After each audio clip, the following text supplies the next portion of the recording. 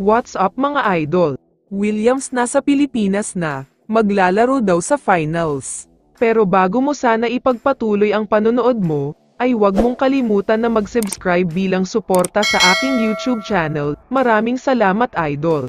May update lang tayo sandali sa matinding sinabi ni Rondae Hollis Jefferson, dahil ayon sa kanya ay paghihiganti o revenge daw talaga ang nasa isip niya, dahil hindi pa siya nakaka-move on noong gold medal match sa Asian Games.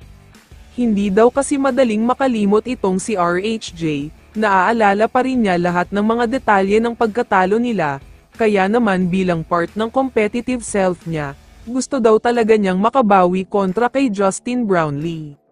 Samantala, ngayon ay pag-usapan na natin itong si Mikey Williams, halos lahat ng mga TNT fans ay umaasa talaga, na makakapaglaro na si Mikey para sa team na ito, dahil kailangan talaga nila ng husto ang laro niya. Marami kasing mga fans ang nagsasabi, na wala daw chance ang TNT na manalo sa Hinebra kung wala si Mikey Williams sa lineup nila, mahihirapan daw talaga sila ng husto sa final series na ito, dahil wala silang matinding player. Hindi daw kakayanin ni Rondae Hollis Jefferson ito, dahil sa ngayon ay siya lang ang pinaka-consistent na player ng TNT. Ang Hinebra ay halos consistent lahat ng mga players nila, kaya mahihirapan talaga ng husto ang TNT. Kaya naman ayon sa ibang mga source, pinilit daw talaga ng TNT na magpirma ng kontrata itong si Mikey Williams, para naman kahit papaano ay makasabay na sila sa Hinebra.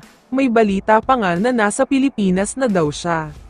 Mukhang kasali na nga talaga siya sa practice, dahil may picture na kumakalat ngayon sa social media, at pinapakita nga dito na nasa isang practice facility na siya, mukhang nakakondisyon talaga ang katawan niya. Kung sakaling totoo man ang mga kumakalat na balita na kasama na siya sa practice ng TNT, mukhang dapat na talagang mangamba ang Barangay Hinebra dito, dahil napakahirap talunin ng TNT kapag kumpleto ang lineup nila. Pero ang magiging katanungan na lang dito ay kung makakapag-adjust nga ba si Mikey Williams sa bagong sistema ni Coach Chot, dahil noong huli siyang naglaro sa TNT ay fast-paced at 3-point shooting team ang TNT. Pero ngayon nga ay ibang-iba na sila, dahil mas gusto nila ang mabagal na tempo ng laro, limited threes at mahigpit na depensa, malayong malayo sa dating style of play nila, kaya malaking adjustment talaga ito kay Mikey. Kaya naman kung ikaw ang tatanungin idol, ano ang masasabi mo sa balitang ito?